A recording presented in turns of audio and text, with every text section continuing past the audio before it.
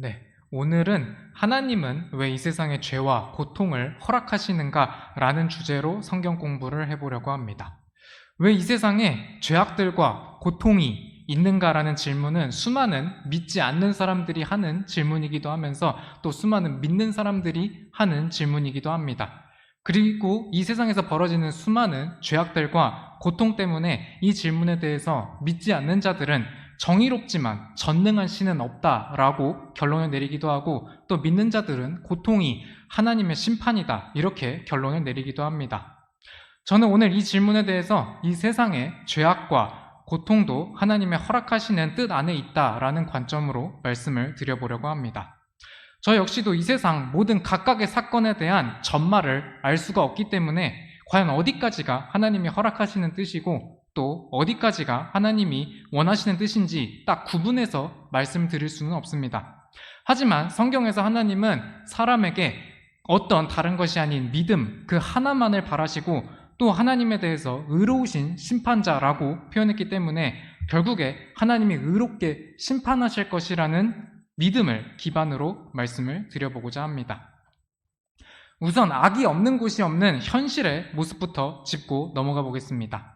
우리가 경험적으로 알다시피 이 현실에서 사람이 사는 곳에 악은 어디에나 있습니다. 전도서 4장 1절 읽겠습니다. 그러므로 내가 되돌아와 해 아래에서 이루어진 모든 압제를 깊이 살펴보았는데 보라, 압제받는 자들이 눈물을 흘리되 그들에게 위로자가 없었도다. 그들의 압제자들 편에는 권세가 있었으나 그들에게는 위로자가 없었도다. 정치에서, 경제에서 또는 법정에서 힘이 있는 자들이 자신들의 권세와 세력을 이용해서 약한 자들을 못살게 구는 일은 예전부터 있었습니다. 그리고 그나마 더 착한 사람이 악한 사람들보다 더 가혹하게 죽는 일 또한 예전부터 있어 왔습니다. 누가복음 13장 1절, 2절 읽겠습니다.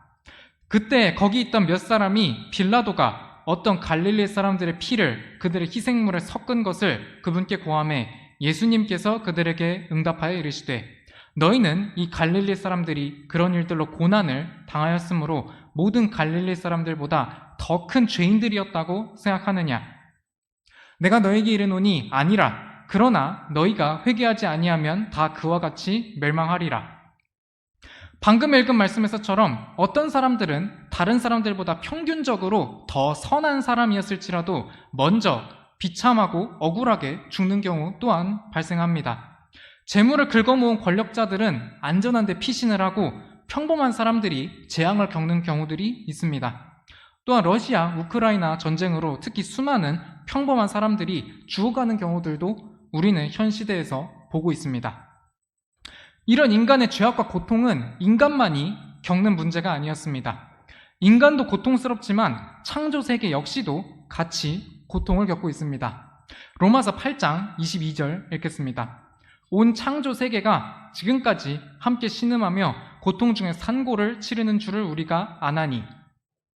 창조세계 역시 산고를 치른다는 표현을 쓸 정도로 고통 속에 있습니다. 동물, 식물 다 사람들에게 직접적으로 죽기도 하고 사람들이 만들어낸 보호장치, 약품, 쓰레기 등에 의해서 죽기도 합니다. 또한 사람들이 아니어도 자기들끼리도 서로 먹고 먹히는 고통 가운데 있다는 것을 다큐멘터리를 보면은 손쉽게 찾아볼 수 있습니다. 이런 현실에 대해서 서두에 말씀드렸듯이 수많은 믿지 않는 사람들이 왜 이 세상은 죄악과 고통으로 가득한지 질문을 했습니다. 또한 많은 하나님의 대언자들도 이와 관련된 질문이나 언급을 했습니다. 성경에서는 다윗, 솔로몬, 예레미야, 예수님의 제자들 등 여러 사람들이 말한 내용들이 나옵니다. 그 중에서 하박국이라는 대언자가 말한 내용을 살펴보겠습니다. 하박국 1장 2절 읽겠습니다.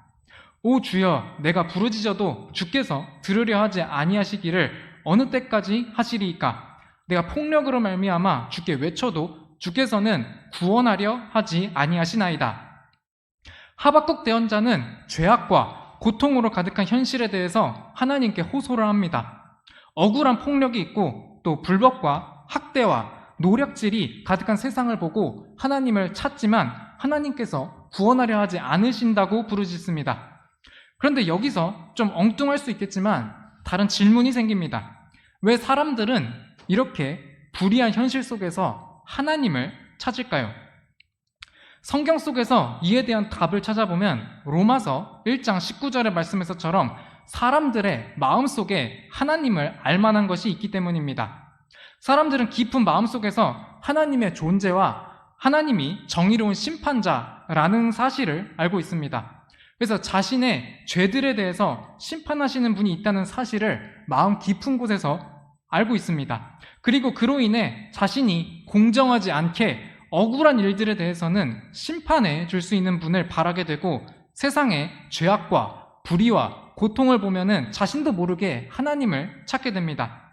죄가 하나님 때문에 인간에게 들어온 것이 아니라 인간의 선택으로 죄가 이 세상에 들어오게 되었음에도 말입니다. 창세기 3장에는 어떻게 죄가 인간에게 들어오게 되었는지에 대해서 나옵니다.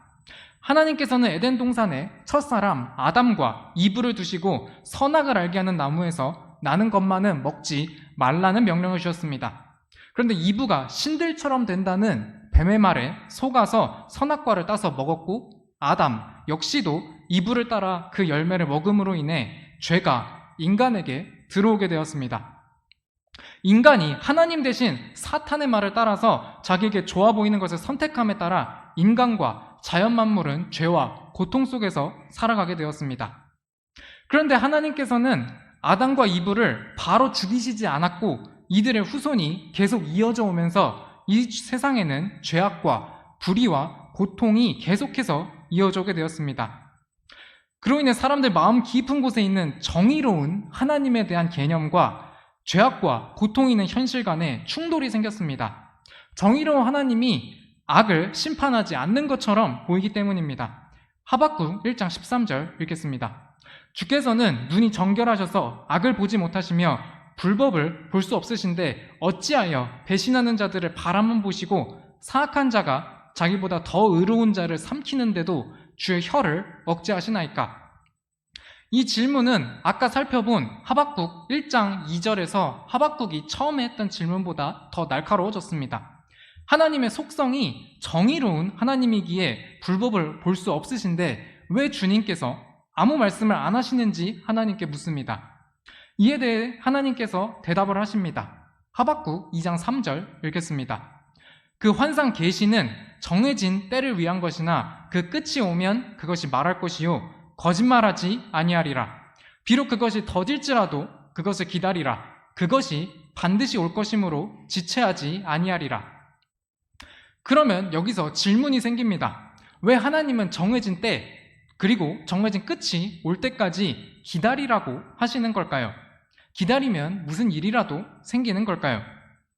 일단 논에서 가라지를 뽑다가 알곡을 뽑을 수도 있듯이 이 세상 일들의 복잡성 때문에 정해진 때까지 기다리라고 말씀하신 것이라고 볼 수 있습니다.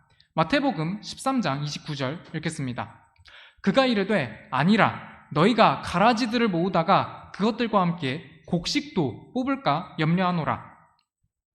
악인들을 바로 심판하기에는 세상 일들이 많이 꼬여 있다는 것을 경험적으로 다들 아실 것입니다. 그 악인은 누군가의 아버지나 어머니일 수 있고 또 누군가의 자식일 수 있으며 또 누군가의 은인일 수도 있습니다. 너무 종양이 작을 경우에는 증상 자체가 심하지 않다면 바로 제거하는 것이 몸에 더 해롭거나 위험할 수 있기 때문에 바로 수술하지 않는 경우가 있다고 알고 있습니다. 이처럼 이 세상에는 하나님을 신실히 믿는 사람들과 불신자들 그리고 그나마 선한 사람들과 더 악한 사람이 공존하고 있기 때문에 하나님은 정해진 때까지 기다리라고 말씀하셨다 볼 수 있습니다. 경찰인 아버지가 자기 자식들이 위험한 범죄 소굴에 잡혀 있을 경우에 자기 자식들은 먼저 빼내고 그 다음에 그 범죄 소굴을 없애려고 하는 마음과도 유사하겠습니다. 그런데 그러면 추가로 다음과 같은 질문이 있을 수 있습니다. 하나님은 전능한 하나님이라고 하는데 왜 바로 그런 복잡한 상황을 풀어서 해결하지 않으시고 죄와 고통을 받게 내비두시냐는 질문입니다. 이에 대해서 성경에 나오는 여러 가지 이유들에 대해서 살펴보도록 하겠습니다. 먼저 악인들에게도 회개할 기회를 주시기 위함입니다. 베드로후서 3장 9절 읽겠습니다. 주께서는 자신의 약속에 대해 어떤 사람들이 더디다고 생각하는 것 같이 더디지 아니하시며 오히려 우리를 향해 오래 참으사 아무도 멸망하지 아니하고 모두 회개에 이르기를 원하시느니라. 사람들의 관점에서는 정의가 집행되기까지의 기간이 너무 길어서 더디다고 생각해도 하나님의 관점에서는 소중한 한 혼이 돌아온다면 그 기간을 더디다고 생각하지 않으십니다. 그래서 하나님은 악인들에게도 회개할 기회를 주시고 기다리고 계십니다. 이것은 하나님께서 처음에 아담과 이브 때부터 이 세상의 죄악과 고통을 허락하신 이상 모든 인간들에게 살아있는 동안은 회개의 기회를 주시기 위한 것이라고 볼 수 있겠습니다. 그리고 회개하지 않는다면 하나님께서는 의로운 하나님이신 만큼 사람이 죽은 후에 각 사람이 행한 일들에 따라서 공정하게 심판을 해서 갚아주실 것입니다. 두 번째로 해 아래의 이 세상을 더 이상 바라지 않고 살게 하기 위함입니다. 전도서 11장 8절입니다. 그러나 사람이 여러 해를 살며 그 모든 해를 기뻐할지라도 어두운 날들이 많을 것이므로 그는 그런 날들을 기억할지니 이는 다가오는 모든 것이 헛되기 때문이라. 이 해 아래의 세상에서는 죄악과 고통의 어두운 날들이 있을 수밖에 없는 것이 현실입니다. 사도행전 14장 15절 이어서 읽겠습니다. 이르되 선생들아 어찌하여 너희가 이런 일들을 행하느냐? 우리도 너희와 같은 성정을 가진 사람들이니라. 너에게 복음을 선포하는 것은 너희가 이런 헛된 일들을 버리고 하늘과 땅과 바다와 그 안에 있는 모든 것을 만드신 분, 곧 살아계신 하나님께로 돌아오게 하려 함이라. 어차피 이 세상은 옛 세상이 되고 모든 것을 회복하는 새 하늘과 새 땅이 올 것입니다. 여기는 죄와 고통이 존재하는 임시적인 세상으로 하나님께서 허락하신 세상입니다. 이런 세상에서 하나님께서는 사람들이 헛된 일들을 버리고 창조주 하나님께로 돌아오기를 바라고 계십니다. 세 번째로 고통이 하나님의 원하시는 뜻 안에 있기도 하기 때문입니다. 이것은 받아들이기 싫을 수도 있는 내용이지만 사람의 생각으로 이해하지 못해도 결국 최선의 결과를 위해서 하나님의 원하시는 뜻이 고통과 고난인 경우들도 있습니다. 대표적인 사례가 요셉의 사례입니다. 창세기 50장 20절 읽겠습니다. 다만 당신들에 대해 말하자면 당신들은 나를 대적하여 악을 생각하였으나 하나님께서는 그 일을 선이 되도록 의도하시고 이날 드러난 것과 같이 그 일을 이루사 많은 사람을 살려두셨나니. 요셉은 야곱의 사랑받는 아들이었지만 형들의 시기로 이집트의 노예로 팔려갔습니다.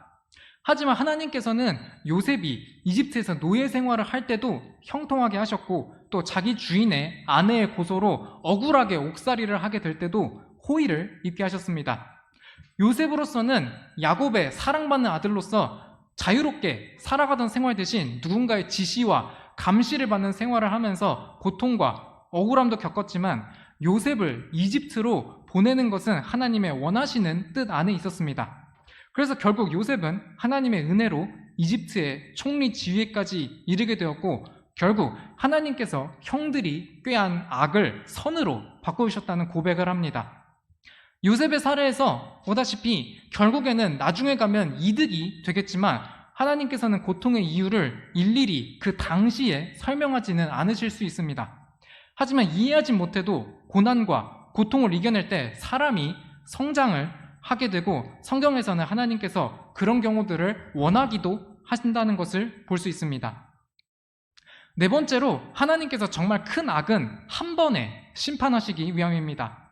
일반적인 경우는 아니지만 세상 권력자들도 죄에 죄를 계속 쌓다가 한 번에 몰락하는 경우들도 있음을 보게 됩니다.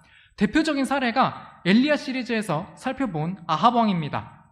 아합 왕은 하나님 앞에서 정말 악했지만 아합 입장에서 보면은 아합 자신이 죽는 장면만큼 억울한 것도 없었을 것입니다. 아무리 자기가 변장을 해서 군대 속에 숨었어도 왕이니만큼 아마 최고로 튼튼한 갑옷을 입었을 것입니다. 하지만 열왕기상 22장 34절, 35절을 보면 아합은 우연히 쏘아진 화살을 하필이면은 갑옷 이음매 사이로 맞게 되었습니다. 그리고 하필 그 싸움이 커져버린 탓에 치료를 받지도 못하고 결국 저녁에 죽게 됩니다. 유사한 사례로 에스더서에 하만도 있습니다. 하만은 페르시아의 2인자 자리에까지 올랐지만 자신이 사소한 일로 원한을 품고 있던 유대인 모르드게와 그 민족 전체를 죽이려 했습니다. 그런데 하만이 모르드게를 죽이라고 왕에게 말하기 하필 그 전날 밤 모르드게가 왕을 구했던 그 5년 전의 일기 기록을 왕이 읽게 되었고, 그로 인해 하만은 모르드게를 죽이기는커녕 하루 종일 모시면서 높이는 일을 해야 했습니다. 그리고 결국 왕비 에스더를 통해서 유대인 말살 음모가 드러나게 되고 왕의 분노를 사서 하만은 모르드게를 매달려둔 교수대에 자신이 매달려서 죽게 됩니다. 이것을 보면 하만도 자신이 죽게 되는 과정만큼 억울하게 느낄 일도 없었을 것입니다. 방금 살펴본 아합과 하만의 사례는 세상에서 평범한 사람들이 억울하게 강탈당하고 또 우연적인 요소로 억울하게 죽는 것처럼 보이기도 하는 만큼 하나님께서 죄를 계속 쌓는 그런 권력자들을 우연적인 요소까지 사용하셔서 심판하기도 하신다는 사실을 보여줍니다. 여기까지 얘기를 들으면은 어떤 분들은 이렇게 물으실 수도 있을 것 같습니다.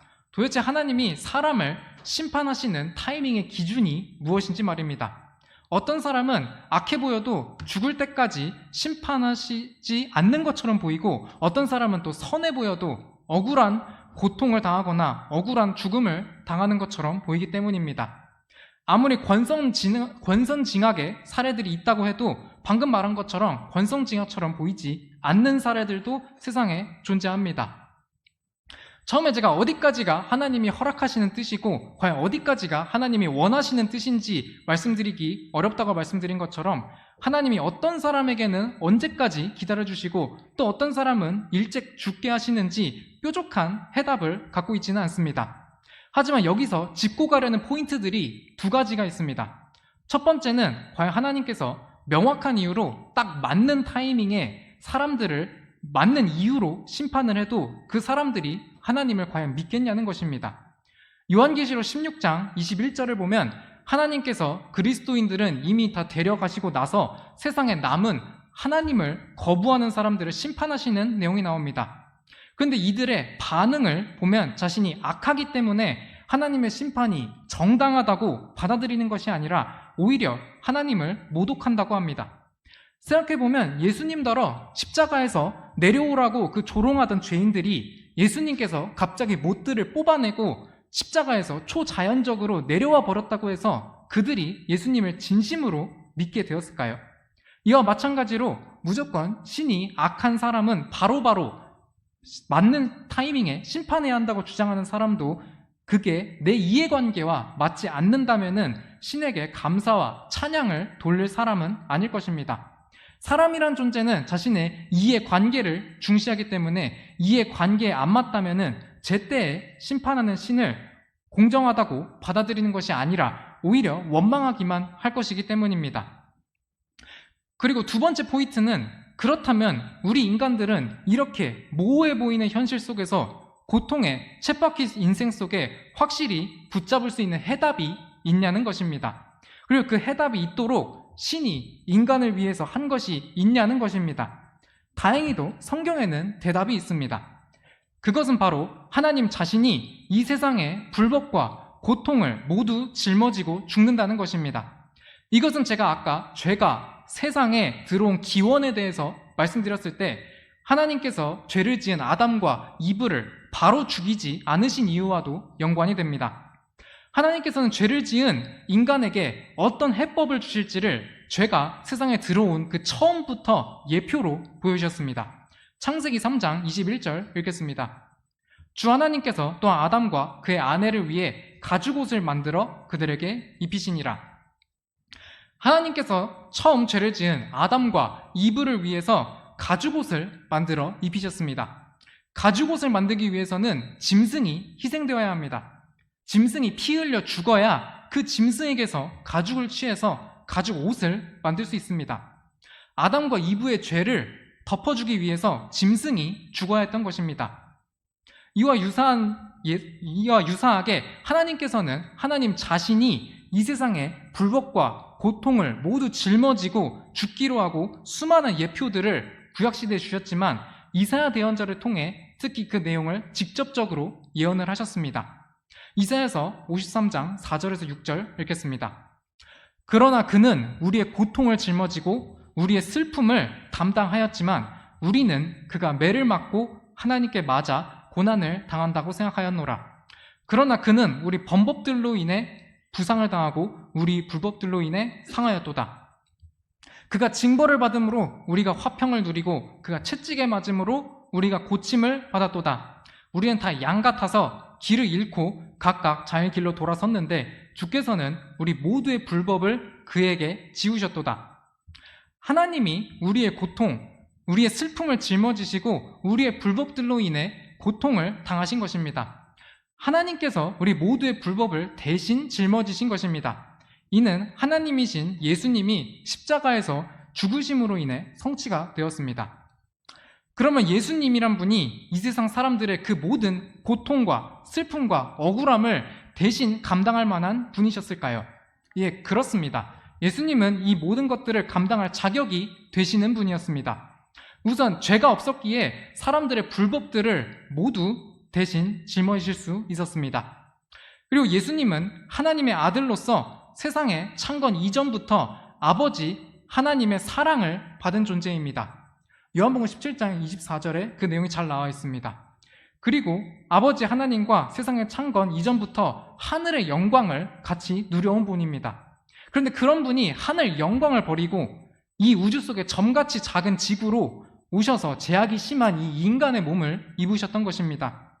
예수님은 신이 인간의 육체를 입고 오신 분으로서 어떤 인간보다도 더 큰 영광과 기쁨을 버렸고 어느 인간이 누렸던 그 사랑보다도 더 크고 더 오래된 그 사랑의 관계를 버렸습니다. 그래서 이런 희생을 통해 이 세상에서 죄와 고통 속에 살아갈 수밖에 없던 인간들에게 구원의 소망을 선물로 주셨던 것입니다. 누구든지 예수님을 자신의 구원자로 믿는 사람은 이 선물을 받을 수 있습니다. 이 소망은 산소망입니다. 이 세상은 계속 낡아지고 썩어지고 또 죄악과 고통 속에 결국 끝을 맺게 되겠지만 예수님께서 부활하셔서 새 몸을 입으셨듯이 예수님을 자신의 구원자로 믿은 사람들은 죄악과 고통에서 벗어나 새 몸을 입게 될 것이기 때문입니다. 베드로전서 1장 3절 읽겠습니다. 하나님 곧 우리 주 예수 그리스도의 아버지를 찬송할지어다. 그분께서 자신의 풍성하신 긍휼에 따라 죽은 자들로부터 예수 그리스도를 부활하게 하심으로 우리를 다시 낳으사 산 소망에 이르게 하셨고, 예수님께서 우리 대신에 죄악과 고통을 담당하셨기에 우리는 썩어 없어질 이 세상이 아니라 새 하늘과 새 땅에서 결국 자유와 회복을 누리게 될 것입니다. 그렇게 우리는 지금 이 세상에서 계속 죄악과 고통을 접하게 되겠지만 산 소망을 가지고 살 수 있습니다. 요한계시록 21장 4절 읽겠습니다. 하나님께서 그들의 눈에서 모든 눈물을 닦아주실 것이며 다시는 사망이 없고 슬픔도 울부짖음도 없으며 아픔도 다시는 없으리니 이는 이전 것들이 지나갔기 때문이라 하더라. 하나님은 죄악과 불법에 대한 해답을 주시기 위해서 인간이 되어 우리를 찾아오셨습니다. 그래서 하나님은 우리의 찬양과 경배를 받기에 합당한 분인 겁니다. 우리 모두 우리의 구원자 되시는 예수님을 찬양하기 원합니다. 이제 마지막으로 이렇게 예수님을 죄악과 불법의 구원자로서 믿은 그리스도인들은 어떻게 세상의 죄와 고통에 대해서 반응을 해야 되는지에 대해서 살펴보도록 하겠습니다. 한 4가지 내용, 5가지? 4-5가지 정도 내용을 살펴보려고 합니다. 먼저 죄와 고통을 겪거나 들었을 때 하나님의 두려움을 깨닫고 자신을 돌아보는 태도가 필요합니다. 누가복음 13장 4절, 5절 읽겠습니다. 또 너희는 실로암에서 망대가 무너져 깔려 죽은 저 18사람이 예루살렘에 거한 모든 사람들보다 더 큰 죄인들이었다고 생각하느냐? 내가 너에게 이르노니 아니라. 그러나 너희가 회개하지 아니하면 다 그와 같이 멸망하리라 하시니라.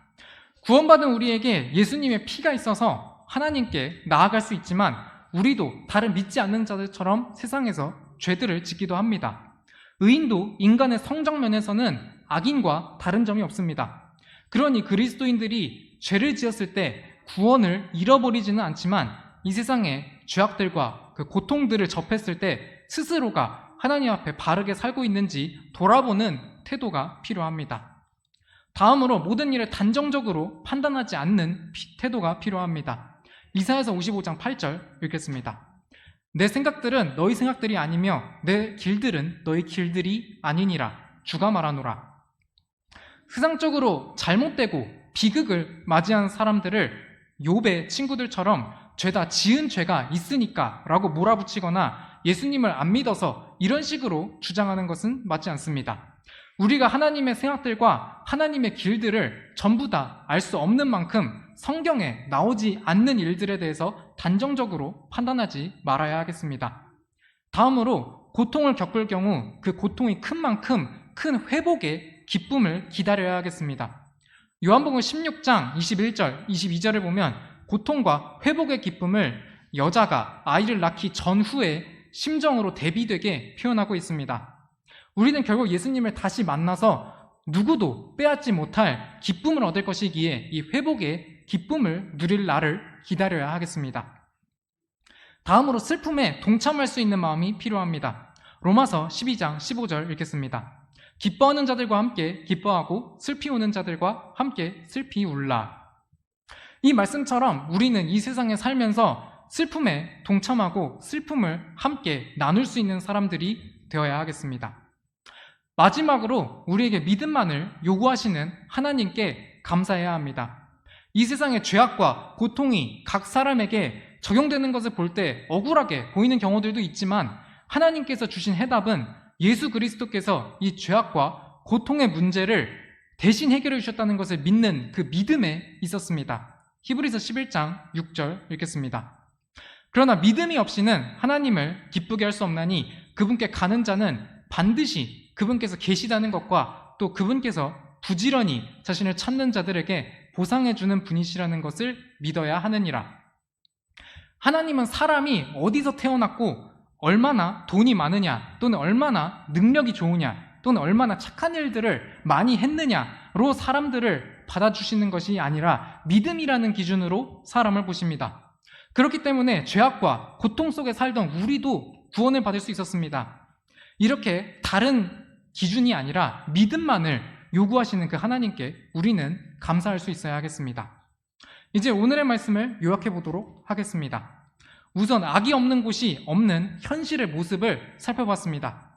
그렇게 세상에 믿지 않는 사람들 뿐만 아니라 많은 하나님의 대언자들도 왜 하나님께서 이 세상의 죄악들과 고통에 대해서 침묵하시는지에 묻는 질문들을 했었습니다. 비록 인간이 죄를 짓도록 인간이 선택을 했지만 사람들의 마음속에는 하나님을 알만한 것이 있어서 정의로운 하나님을 찾습니다. 그 과정에서 하나님이 바로바로 죄악을 심판하지 않으시고 기다리라고 하시는 그 하나님의 모습을 보고 정의로우신 하나님의 개념과 충돌하는 것은 아닌지 의문을 가지는 경우들도 있습니다. 그래서 전능한 하나님께서 이 세상의 죄와 고통을 왜 허락하시는지에 대해 여러 가지 이유들을 살펴봤습니다. 그리고 하나님 자신이 직접 인간이 돼서 불법과 고통을 짊어지고 죽었기에 우리에게 죄악과 고통에 대한 해답을 주셨다는 것을 살펴봤습니다. 마지막으로 그리스도인들은 어떻게 세상의 죄와 고통에 반응을 해야 하는지에 대해서 살펴봤습니다. 그래서 세상의 죄와 고통을 접하게 되면 먼저 나 자신은 돌아보고 남의 슬픔에는 동참을 하며 우리에게 세상의 죄와 고통을 벗어날 수 있도록 믿음만을 요구하시는 그 하나님께 대한 감사의 필요성에 대해서 나눴습니다. 이번 한 주도 세상 속에서 죄악과 고통을 보고 듣거나 아니면 그 안에서 살 수도 있겠지만 우리에게 주신 산 소망을 가지고 또 회복의 기쁨을 기대하면서 사는 한 주 되시기를 바라겠습니다. 이상으로 금일의 오전 성경 공부는 이렇게 마치도록 하겠습니다. 감사합니다.